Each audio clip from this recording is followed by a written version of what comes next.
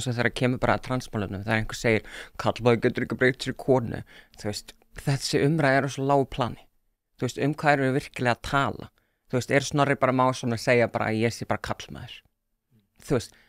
þetta er ekki umræða sem að við getum átt, af því að þú ert ekki að sýna mér þá grundvallar virðingu að virða mitt frelsi og mína tjáningu til að vera svo sem ég er. Þannig að þess vegna held ég að viðbrögðin séu kannski svolítið sterk og það má alveg gagnrýna það að fólk sé kannski þú veist, sterkt í sínum viðbrögðum og kemur fram á ákveðin hátt og þú veist, þegar fólk segir svona hlut þá vekur það náttúrulega auðvitað viðbrögð. Þannig að ég held að fólk eins og Snorri sé nú ekkert óvanur því að vekja viðbrögð. Þannig að ég held að hann sé nú alveg í stakk búinn til að taka á móti þessu og þú veist, og ég þekki það alveg sjálf hvernig það er að fá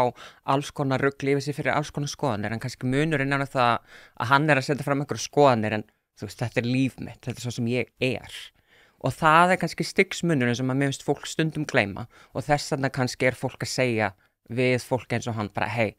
þú veist, gerðu þér grein fyrir hvað áhrif þetta getur haft á fólk. Þakka þér kærlega fyrir að hlusta á þennan stutta bút. Þú getur nálgast þennan þátt og allt efni hlaðvarpsins Ein Pæling á pardus.is/einpæling.